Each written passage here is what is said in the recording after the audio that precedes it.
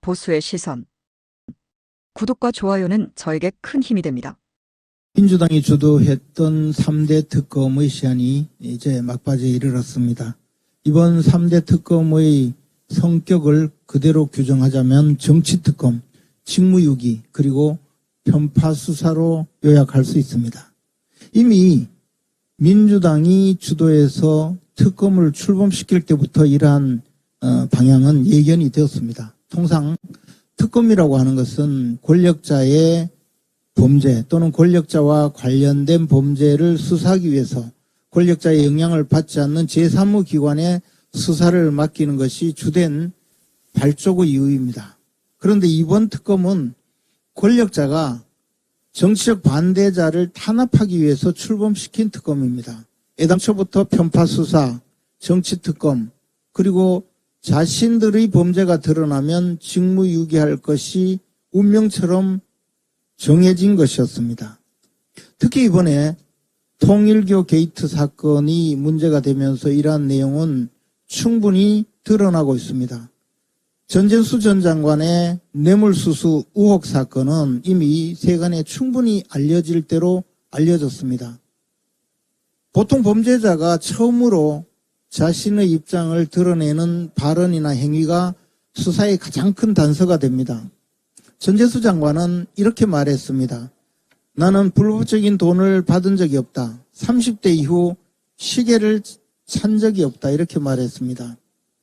돈을 줬다는 사람의 진술에는 처음에 돈 4천만 원을 주려고 하니까 좀 받지 않으려는 모습을 보여서 이것은 복돈이니까 받아가라 라고 했다고 합니다. 그랬더니 덥석 받더라는 것 아닙니까? 전재수 장관은 복돈이기 때문에 이것은 불법적인 자금이 아니라고 지금 강변하는 것, 그런 뜻으로 보여집니다. 30대 이후에 시계를 차지 않았다고 하니 불가리 시계, 까르띠에 시계는 자신의 손목에는 찬 적이 없는 모양입니다. 빨리 수사를 해야 합니다. 그런데 특검은 이 사건을 뭉개고 뭉개다가 결국에는 국가수사본부로 이첩을 했습니다. 국가수사본부가 제대로 수사를 하겠습니까? 대한민국 국민 중에 이재명 정권의 국가수사본부가 이 사건을 수사하리라고 믿는 사람이 누가 있습니까? 그러므로 이때 특검을 해야 하는 것입니다. 이번 특검은 통일교 게이트 특검은 반드시 야당에서 지명을 해야 합니다. 그래야 제대로 된 수사를 할 수가 있습니다.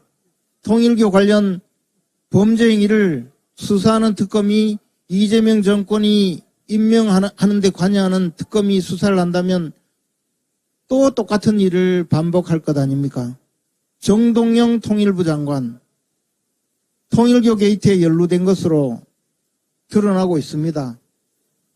통일부 장관인지 통일교 장관인지 사안을 밝혀야 합니다.